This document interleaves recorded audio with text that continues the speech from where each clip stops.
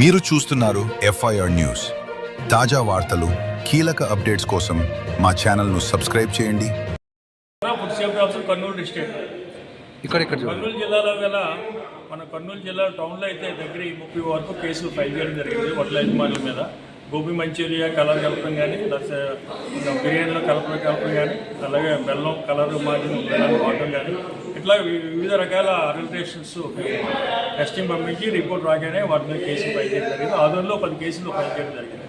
ఎక్కువగా ఆదోనిలో గోబీ మంచూరియాలను, తర్వాత ఈ చికెన్ బిర్యానీలో ఎక్కువగా కలర్స్ కలుపుతున్నారు. కలర్ రైస్లో కూడా కలర్ రైస్ పెట్టి పేరు మీద కలర్స్ కలిపి సర్టిఫికేట్ కలర్స్ కలిపి అమ్ముతున్నారు.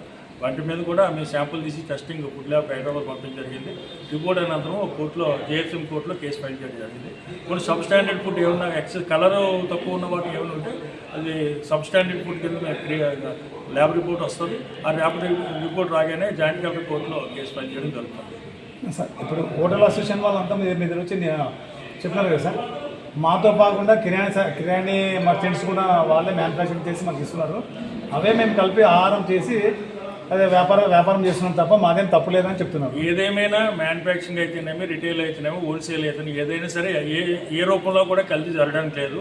ఎటువంటి వారు అయినా సరే మ్యానుఫ్యాక్చరింగ్ అయినా కల్తీ చేస్తే మాత్రం కఠినమైన చర్యలు తీసుకుంటాము. వాటి మీద యజమాని మీద కూడా చట్టపరంగా చర్యలు తీసుకుంటాము.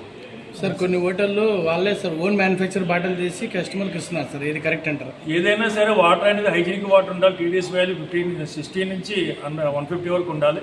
వాళ్ళు ఓన్గా తయారు చేసి మినరల్స్ కలపకుండా, మినరల్స్ లేకుండా మినరల్ వాటర్ సప్లై చేసిన మీద బాటిల్ తయారు చేస్తే మాత్రం వాటి మీద కఠినమైన చర్యలు తీసుకుంటాం. అంటే ట్రేడ్ మార్క్ లేకుండా కూడా ఇచ్చేయచ్చు సార్ బాటిల్స్ అలాగా? ఏదైనా సరే హైజీనిక్ వాటర్ అనేది సఫిషియెంట్గా మనకు టెస్టింగ్ ఉంటుంది. ఆ టెస్టింగ్లో ల్యాబ్ రిపోర్ట్లో టెస్టింగ్ బట్టి వాటి మీద కేసు ఫైల్ చేయడం జరుగుతుంది. ఇప్పుడు ఎంతమంది వరకు కేసు ఫైల్ చేశారు? ఇక్కడ కర్నూలు వరకు అయితే మొత్తం 6 కేసులు ఫైల్ చేయడం జరిగింది. హోటల్స్ మీద అయితే ఎక్కువ. కర్నూలులో అయితే టౌన్లో 32 కేసులు, ఇక్కడ ఆదూరులో 6 కేసులు, మొత్తం 6 + 2 8 కేసులు ఫైల్ చేయడం జరిగింది. ఎప్పుడు సార్? ఈ మధ్యనే లాస్ట్ ఇయర్. ఈరోజు అవగాహన సదస్సు ఏర్పాటు చేశాను సార్.